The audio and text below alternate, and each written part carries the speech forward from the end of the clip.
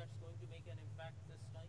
I don't think, because the local delivery is a very low quantity without that. But you know that we are not very concerned now, even with the HDL. So we are focused on the LDL, not on HDL anymore. All the Niacin theory went out of the window. Sanjay, any comments, suggestions?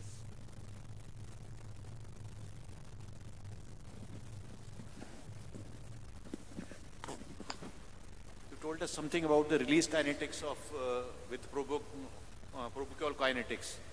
How long is the drug there in the stand, and how long does it take to get eluted completely?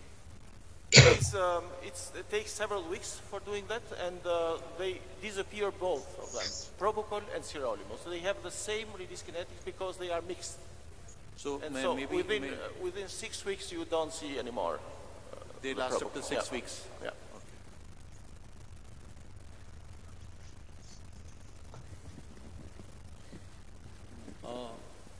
Let's move on to the next lecture, which will be delivered by Skype, because Dr. Hans Figge could not come over at the last moment from Germany. He is an emeritus professor at University of Jena in Germany, and he has a very exciting thing to show us, and that is tricuspid, transcatheter tricuspid valve therapy. So, are we connecting on the Skype, or? Yeah. Right, Dr. Figler, you are most welcome. I'm not sure whether you can. Yes.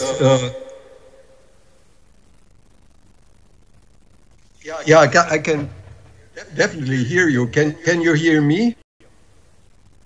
Yeah, we can hear you. Can you hear me? We can hear you loud and clear. I'm very much privileged due to the invitation I got. And I was really eager to come because I visited Hyderabad when I was a medical student 46 years ago. So it probably has changed tremendously. And but due to the fact that I didn't know that as a European citizen I needed a visa, so the airline rejected me at the counter and said they couldn't transport me. So I really apologize, and I try to give the presentation now by Skype. So I switch now to my presentation. I open the screen, and so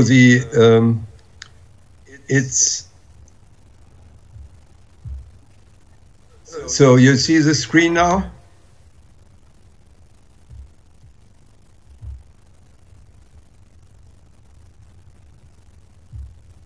Can you see my presentation now? We can very clearly see these slides. Please carry on. Okay. So, this is a transcatheter tricuspid valve replacement, which we call TRIC valve, and we think it's a breakthrough in the treatment of tricuspid disease. I have to my disclosures are.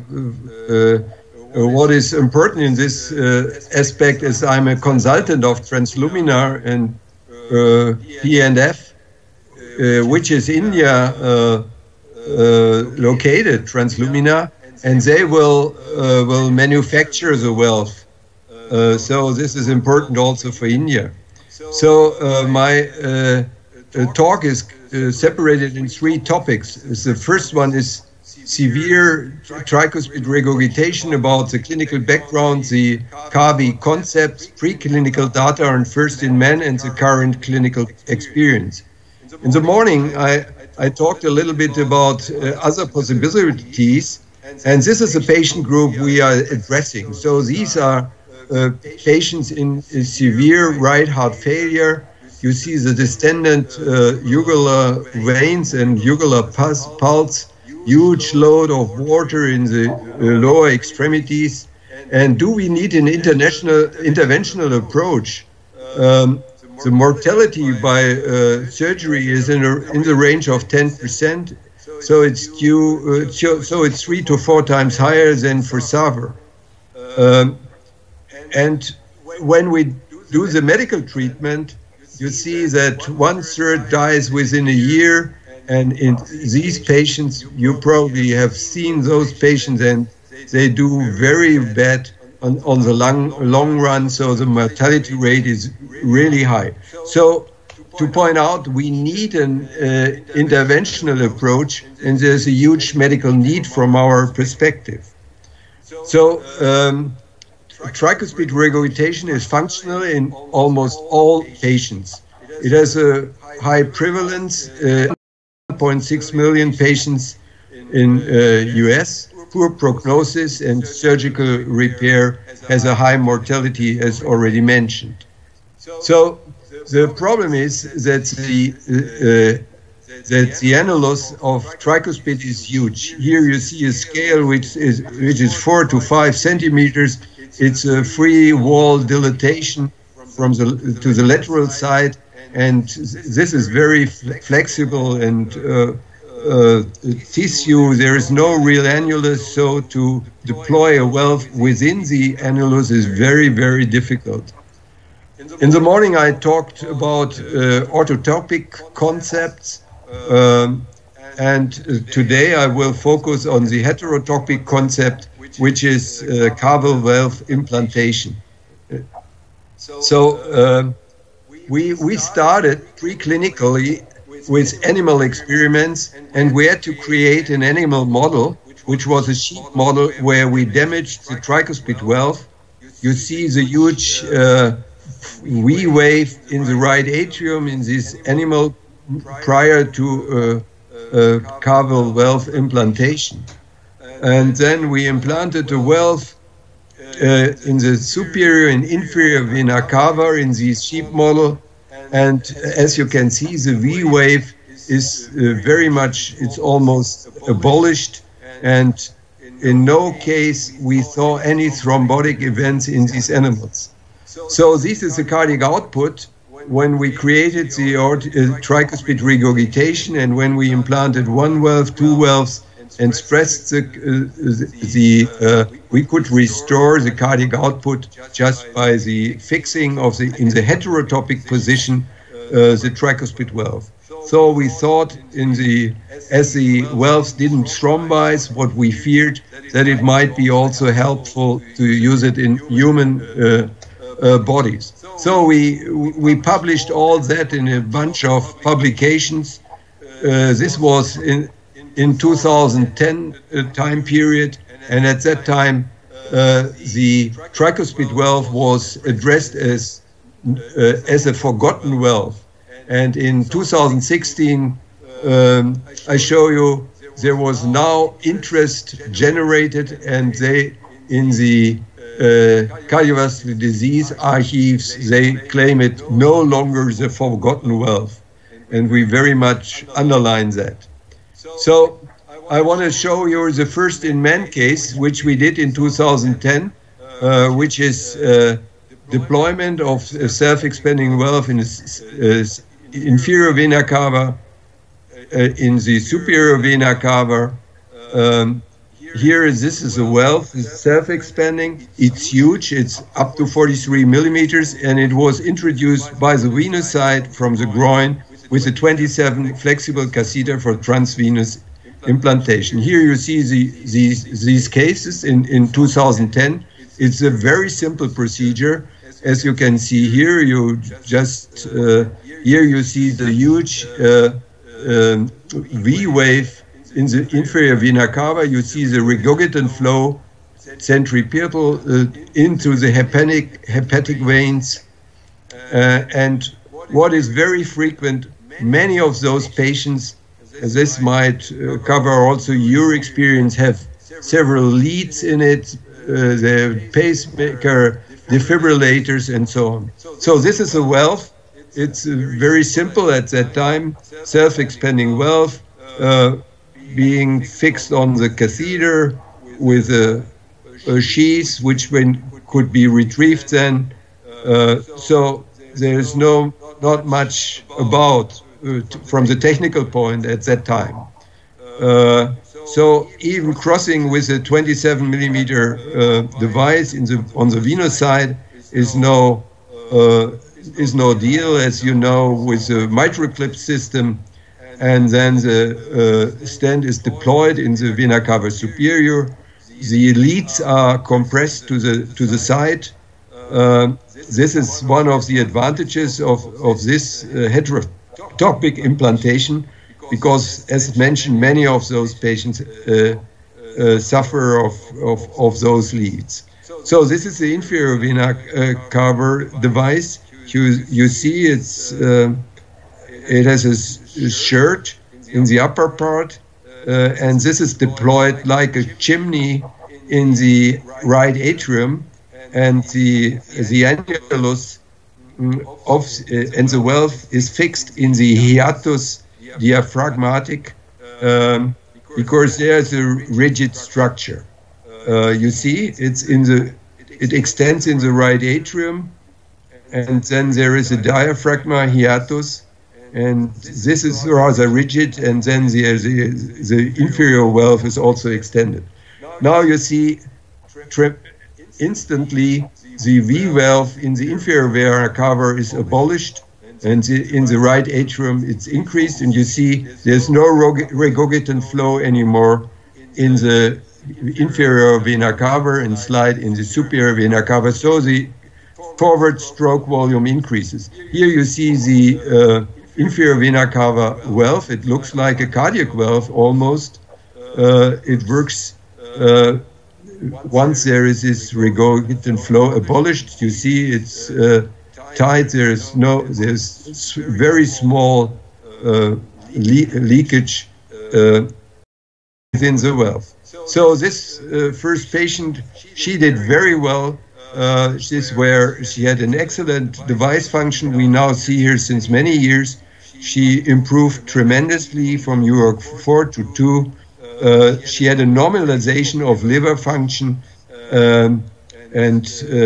so because she began to have a synthesis deficiency due to this, and this is the V wave.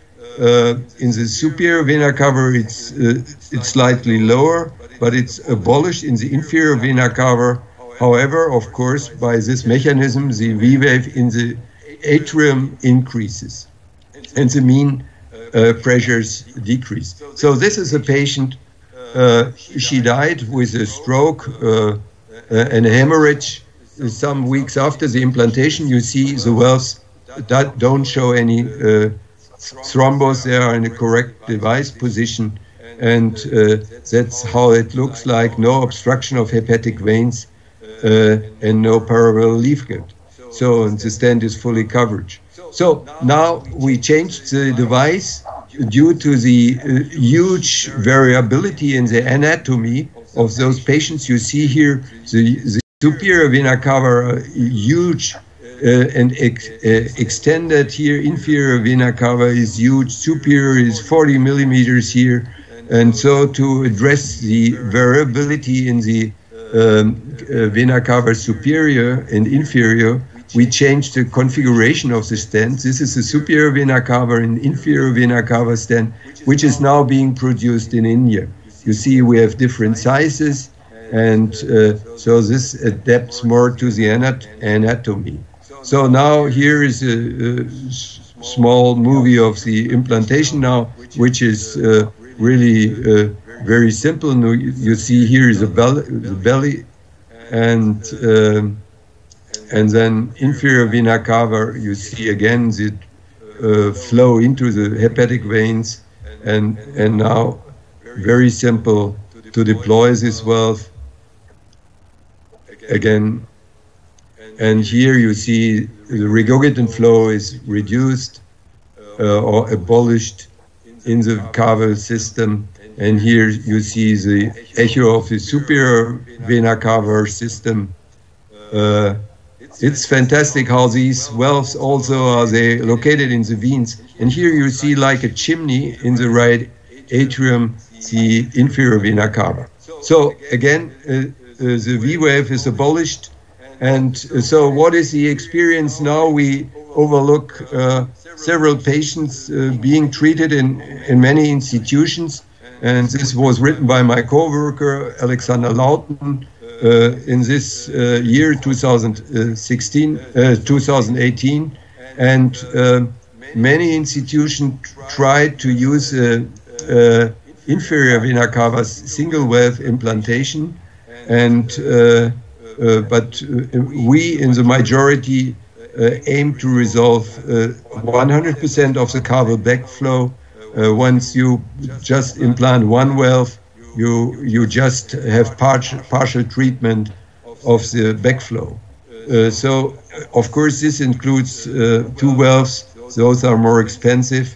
And this is being used by inferior vena cava coverage. Sometimes they use a balloon expandable TAVR valve, Edwards Sapien. This is widely available. However, the cons are it has a maximal possible lumen of 29 to 30 millimeters, so you need a preparation of the landing zone with pre-stenting, with some stent, and then you can deploy it. Otherwise, it will embolize. What it did actually. So, of course, this is developed for high pressure circulation, so the opening forces are pretty high for these valves, so they are not ideal. So we think this valve, which we constructed and is more appropriate, is self-expanding. You don't need an extra stent. Of course, it's limited availability right now because there's no CE mark yet, and it's being made for compassionate use only. So these are the patient population which we summarized from the different sites.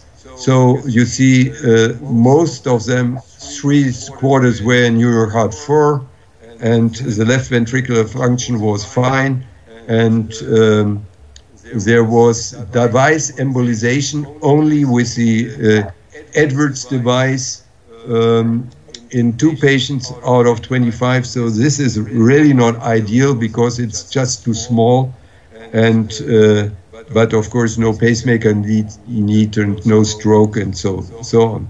So what you can see, this is the inferior vena cava hemodynamics pre and post. So there's a drop in the pressures, of course.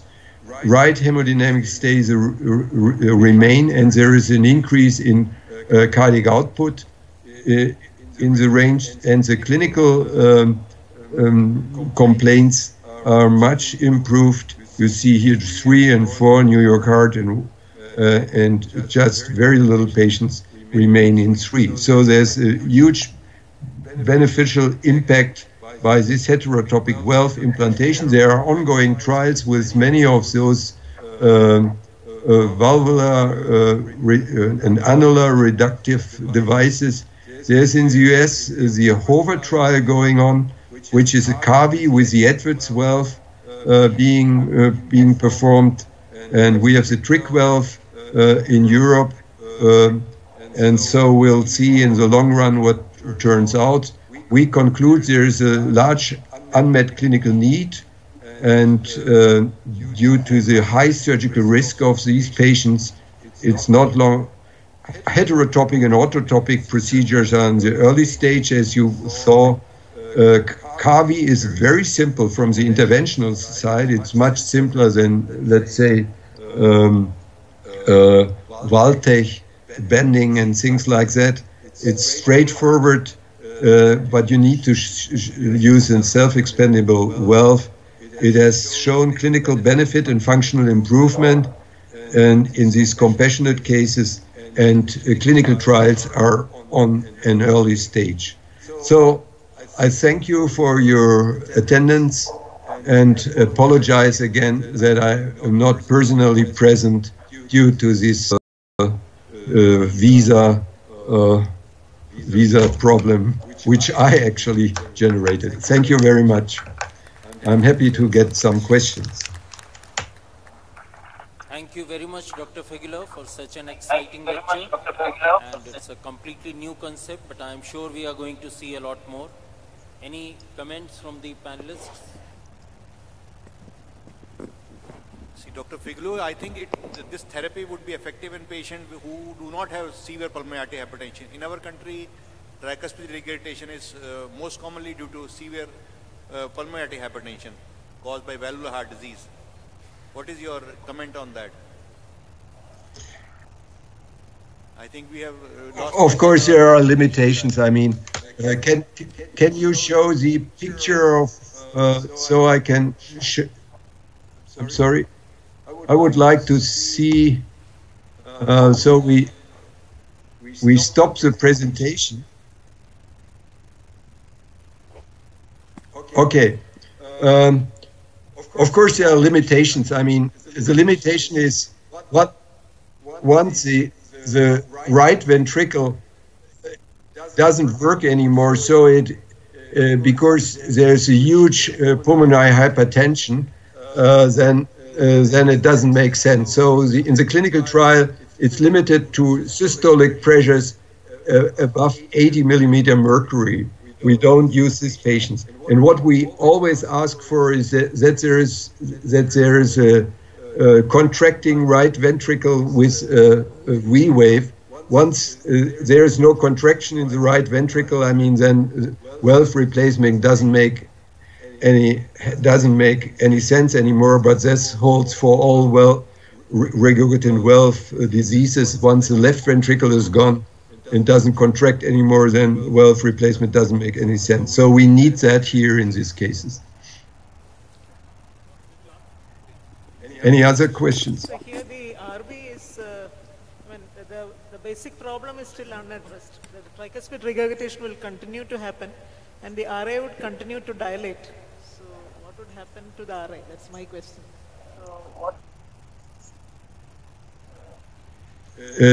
I didn't really understand the question. What will happen to the right atrium? Yeah, the question is that since the problem with the tricuspid valve is still there, okay, you have made SVC and IVC competent, but the RV will continue to decompress into the RA, which will continue to dilate, and also you have a coronary sinus which is draining blood from heart. This coronary sinus, we know that we can even ligate this, but that will be only a passive rise in the pressures. But if the RV is now not allowed to decompress in SVC as well as IVC because you put valves there and everything is being decompressed into right atrium, so right atrium will continue to dilate and everything will now be pushed into the coronary sinus. What do you think will happen to the right atrium and coronary venous flow? So I mean, as I told you, and as we see now in many patients, so the concept actually is once you reduce the regurgitant flow in the for the right ventricle, that the right ventricle will improve. So overall, because the volume load is diminished. So in the long run, and I could show you, even the right ventricular, the right atrium pressures the mean pressures will drop because the right ventricle restores. I mean, this is the case in all regurgitant valve treatment. I mean, you improve the volume loaded ventricle, and that happens here as well. For the coronary circulation, it has no impact actually, because the pressure, as you know, there is we don't see any kind of ischemia in these patients.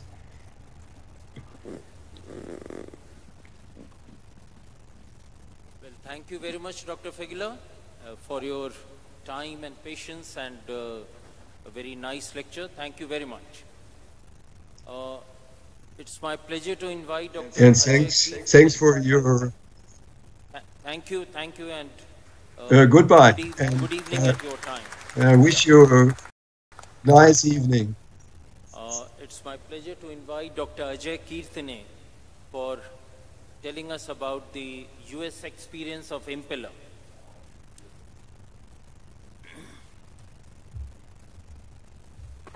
Please. Can you hear me? Okay, thank you so much for having me. It's real honor to follow Professors Castrati and Figula, and I know I'm the only thing keeping you between dinner, so what I'll try to do is make this a little bit exciting with some cases to whet your appetite a little bit. And I'll talk about various pumps matched with patient profiles to see how better we can treat our high-risk patients that are undergoing both PCI and also those with shock.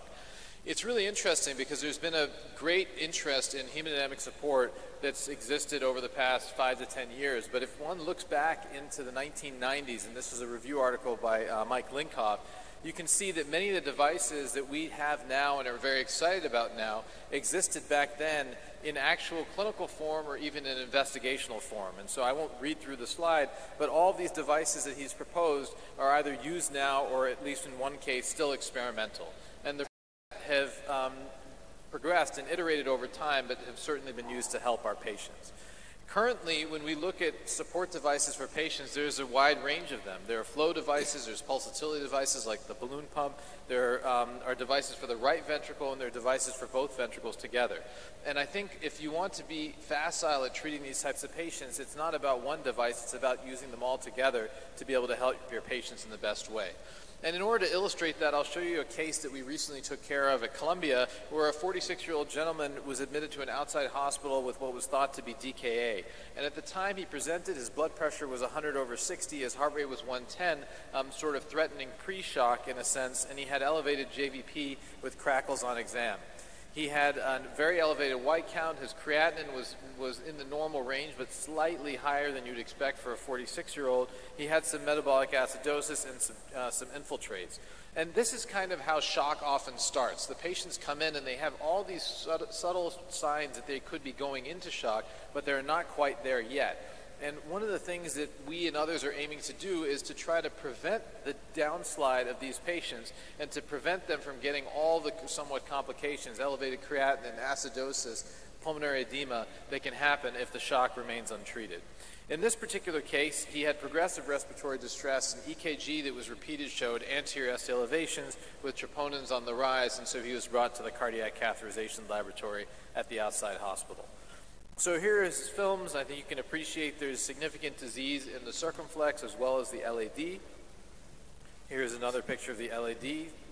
90% disease in both of these vessels. And additionally, here's a final view of this. Left main is okay. There's slow flow in the LAD. This is the ventriculogram that's done in a way that's somewhat dangerous for those of you that saw my morning presentation on the other side. And then the right coronary also has significant disease.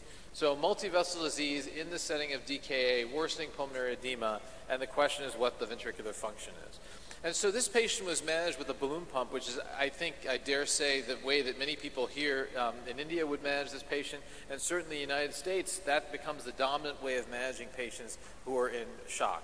And the issue with balloon pumps are not that that's a bad thing to do. There are patients who turn around that way, but what happens if the patient doesn't? And so in this particular case, despite the balloon pump and despite escalating pressors, the patient progressed, and an ejection fraction was ascertained to be 20 to 25% with anterolateral wall motion. He remained in the outside hospital for about 4 days on this therapy, pressors going up, coming down, going up, coming down, and then ultimately they called us to be able to transfer the patient over. So why does this happen? Well, the reason is that balloon pumps can be very effective. They're well known. They increase coronary perfusion. They mildly increase cardiac output. But the problem with them is that they only mildly increase cardiac output. They do require generally a rhythm in order to work well, and they only unload modestly in this particular situation. So for some patients, they can be beneficial, but for patients that are in more progressive stages of shock, they can actually not help all that much.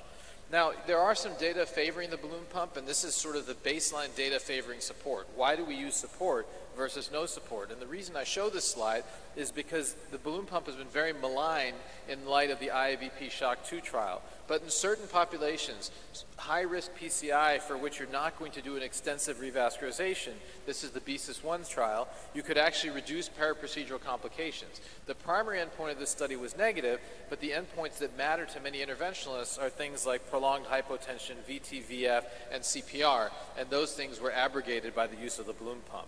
Similarly, if you have chronic heart failure, not acute shock, but chronic heart failure, and you're teetering on the edge, This is data from our center at Columbia and our heart failure transplant service by one of our fellows, showing that across the board, balloon pumps will increase the level of support by approximately 0.5 to 1 liter per minute as a whole. There are a group of patients that respond even more than that, but sometimes you can prevent these patients from further compromise by putting in the balloon pump. So in this particular case, it was not unreasonable, particularly given constrained financial resources, to start with a balloon pump, but the real question is, should you wait 4 days before further escalation of care?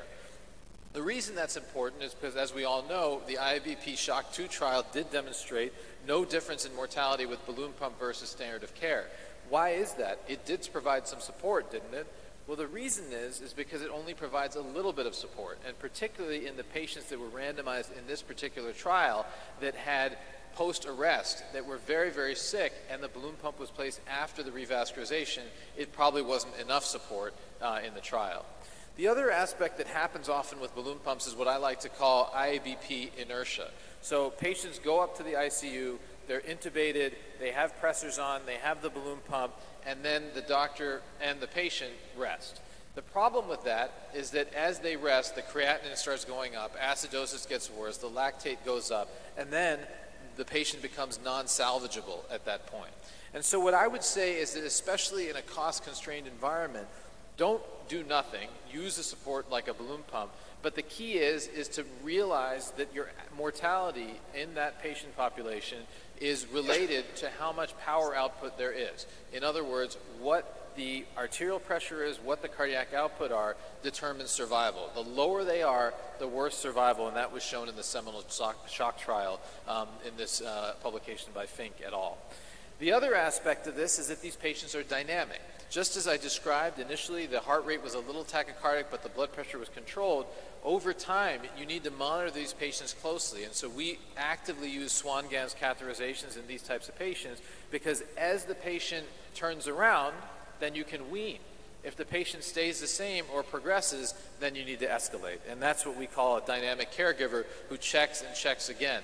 Just send the patient to the unit and then go home for the weekend and not know what's going on with the patient. I suspect many of you have patients like this at home, and you're thinking about these patients. You're not just sort of saying, forget it, I'll come back and see what happens on Monday. So in this particular case, the pressures were slowly weaned when he transferred over, but when we looked at him, he had severe LV dysfunction, and we were aiming for a strategy of complete revascularization because the surgeons did not want to revascularize this patient. We felt that the best and safest way to do this would be with Impella support, and I'll show you why that is and what some data is for that in a second. Now, why would you use support for a case like this? The patient is stable, and frequently our fellows often say to us, look, if I just open some of these arteries, then the patient's going to get better. And the truth of these patients is they always get worse before they get better. And the reason for that is because, number one, when we inflate balloons in the coronary arteries, we make patients more ischemic. Number two, when we inject contrast, contrast does not contain hemoglobin, so patients become more ischemic. And additionally, other things can happen during the procedure, making them worse before they have time to recover. It also is not an instantaneous recovery. It takes some time for the ventricular function. So that's one of the reasons why you'd want to use prophylactic support. The second reason is that the more you use support, the more you can do. You could argue this patient might be stable with no support to do one vessel, but I guarantee you the more you do, if you're aiming for complete revascularization, if you do this without support, the patients get worse before they get better. I had a very interesting conversation at lunch today where somebody told me, look, we know and we hear you talking about CHIP and complete revascularization, but the reality is that sometimes you should do less because the patient will get sick otherwise. I said, absolutely, that's the case. You can't knock the patient off while you're doing the intervention. And one of the ways to prevent that from happening is to use hemodynamic support. Then finally, the other thing that can be done is you want to do it in a safe way. You don't want to put a 14 French sheath in without knowing how to manage that sheath and manage the complications that can ensue. And so you really need to address things like optimization of volume status, transfusions as needed, or transfusing them before the procedure happens so as to avoid further problems. Now, not every patient needs support. There are 3 different patients here with the exact same coronary anatomy who have potentially 3 different solutions to how to treat them. So these are all patients with, in this case, 2 vessel disease, as I've shown, but the first patient has a blood pressure of 130, the right atrial pressure is 8, the mean wedge is 14, and the PA stat is 61. Does that patient need support for a 2-vessel intervention? No. As long as you're good and comfortable and technically sound, that patient will do fine. On the other hand, if you look at the patient in the middle, and especially the patient on the right, exact same anatomy, exact same coronary angiogram, with a blood pressure of 96/78, a wedge of 33, and a PA stat of 38, you could argue that even with support, you shouldn't do that case. What you should do is first stop, diurese the patient, and then bring the patient back to do the intervention. So an important point of this is that we have to not just be technicians, we have to be clinicians. We need to fully assess the patient ourselves and treat them as doctors, not just somebody who pushes catheters in the cardiac cath lab. Now, what type of use in this type of situation? This is the Impella device. Many of you are familiar with it. As you know, it recently got reapproved for use here in India. Basically, the way it works is it ejects blood from the left ventricle into the aorta. And in doing so, it decompresses the left ventricle, reducing volumes and pressures, and increases aortic pressure and flow. So it basically acts to reduce oxygen demand, increase oxygen supply, and also increase cardiac output, which is mean arterial pressure times the output as a whole. Now, is it more effective than a balloon pump? The PROTECT 2 randomized trial, although the primary endpoint was negative, as you know, if you look at the thing it's supposed to do, which is to provide hemodynamic support, it does, and it does it more effectively than a balloon pump. Now, one of the important findings of this slide that people tend to forget is if you look at the level of support in this slide, the bars go down, they don't go up. The reason is when you do a high-risk PCI on a sick patient, as I stated before, they get worse. And so in this slide, in the red, they get more worse if they're only supported with a balloon pump, and they get less worse if they're treated with something more supportive, in this case the Impella 2.5. The idea here is to be able to allow them to tolerate the procedure that you're going to do so that you can eventually recover their heart. Now, some people also ask, well, do I really need the Impella? What if I just do it with a balloon pump? Okay, I agree the patient's going to get worse. Let me just use the balloon pump. Well, you can, and it depends on how much revascularization you're going to do. On the left of the slide, in the same trial, if there's a limited revascularization done based upon jeopardy scores, you basically don't do differently with one versus the other. Personally, because we have availability for both, we tend to use the more supportive device in case something were to happen. But what you really need to know is that if you're going to do an extensive revascularization, as shown on the right of the slide, the device that provides more support is the one that's going to support you through the procedure, and it's going to be associated with the smallest rate of outcomes. This makes clinical sense. If you're going to do more, you need more support. So there are some studies that reflect negatively on this device. One that people do mention is this IMPRESS trial that came out not too long ago, only 48 patients. And I would put this in a category of really not informative. And the reason I say that is because in this patient population, virtually everybody had a cardiac arrest before the randomization, and many of them had other issues that allowed there to be very little signal to noise. There's so much noise with a population like this that it's hard to sort out whether this device is effective compared to the balloon pump comparator. Many of you do know there's a trial called DANSHOCK, which is now called DANJUR because it's been expanded to Germany, looking specifically at the use of Impella versus conventional therapy for patients with cardiogenic shock. So this trial is getting done. It's enrolling slowly, but hopefully this will give us some answers. Unfortunately, though, it does not give answers for people that are so sick that you would want to use support anyway. This will only give answers for patients in whom there's equipoise for randomization. So what did we do in this particular scenario? We have bilateral access. We upsize the balloon pump sheath to a regular device. You can actually upsize it and put the Impella on the same side. And then with the Impella in, did PCI of the LAD, did PCI of the circumflex as well. Left is pre, right is post, and then did PCI of the right. Why did we do complete revascularization? Because we felt that that gave the patient the best chance of heart recovery, and we wanted to aim to do it completely. If you were only going to do partial or piecemeal, you could do it, and it would be a little bit more dicey, but you can see even the case this morning, hopefully many of you saw Antonio Colombo's case, complex case, low EF, road ablation, the patient tolerates this remarkably well. Now, as far as how I would have managed this patient currently, we do see a shift in paradigm for use of these devices. It used to be we would only use these support devices after the patient decompensated. Now there's been a somewhat shift in this to try to use these devices up front before the patient decompensates, so you can prevent them from decompensating and then having to deal with all the other ICU issues that can occur. There are different ways to select patients for left-sided support because Impella is not the only device. Balloon pump, ECMO, tandem heart, and Impella all exist. And I'll share these slides with you later, but there's a variety of ways to parse this out. The bottom line is if you really want good left ventricular unloading, you typically need a percutaneous LVAD type of device. A device like ECMO, which actually loads the left side of the heart, must be combined with some other device, otherwise you increase afterload and potentially increase myocardial oxygen demand. Here's another case just to show you, and this is like the case from this morning that Antonio showed. A patient that was randomized in the PROTECT 2 trial had severe disease of the distal left main extending into the LAD, and I'm not going to go through it in detail other than to say that during the case, flow stopped in the LAD and the circumflex shut down. So this doesn't happen all the time. It's not necessarily predictable, but what happened is the hemodynamics that I really want to show you. And this is similar to what Antonio showed this morning, where in the red arrow here, you can see the aortic tracing. You maintain a mean arterial pressure with minimal pulsatility of the left ventricle. So the device is basically supporting the patient.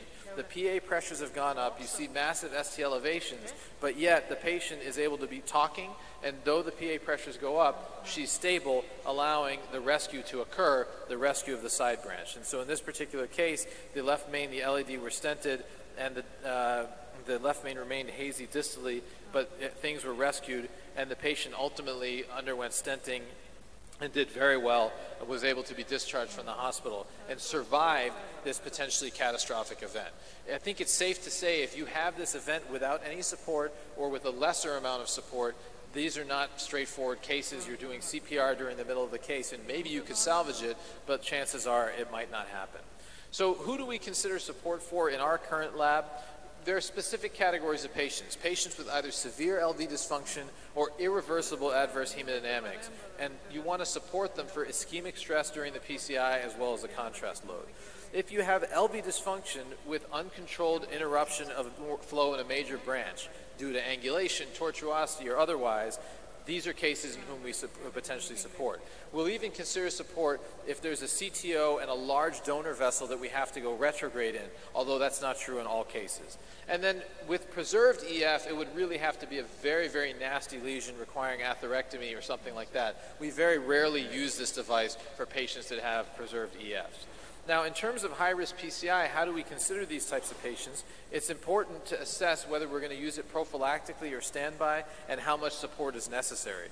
And really, what do the difference matter in clinical practice? Because there are clearly cost implications here, and they're beyond cost implications. There are other real complications that can occur with the use of these types of devices. This is just a slide that, based on an article we published in JAMA Cardiology not too long ago, looking at the rates of hematomas, transfusions, and repeat vascular interventions for these devices. They're not small, and so we insist in our lab that operators who do this know how to do balloon crossover techniques from the contralateral side to be able to manage the vascular complications that can occur with these types of devices.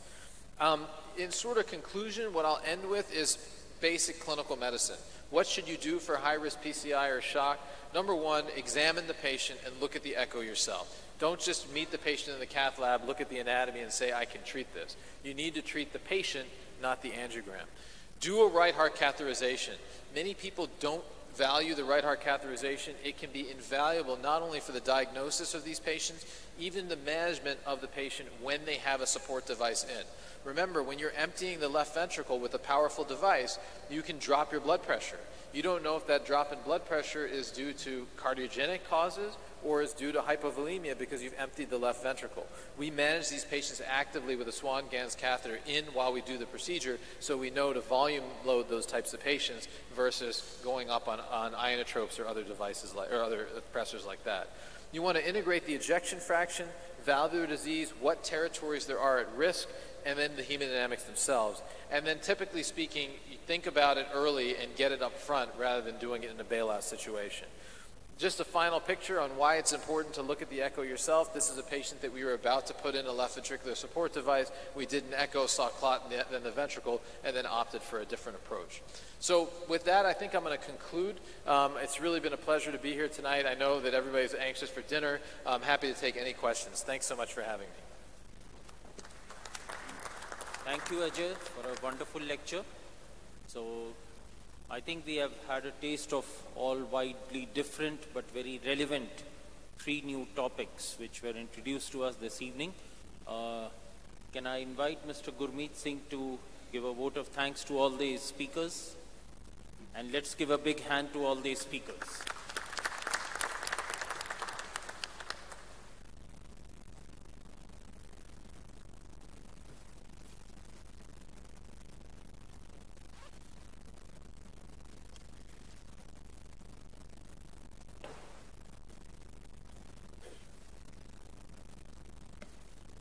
My sincere thanks to the chairperson for making the session meaningful. Also, thanks for staying here. CSI had a mandate of not serving alcohol, and I was telling Dr. Sridhar Kasturi and Dr. Srinivas that I'm not sure whether people would stay, but they told that the technologies are compulsive enough, and I think you'll have enough crowd. So thanks, Dr. Srinivas and Dr. Kasturi, for allowing us this session. Dr. Kirtane would also be here during the dinner, and you can ask the questions.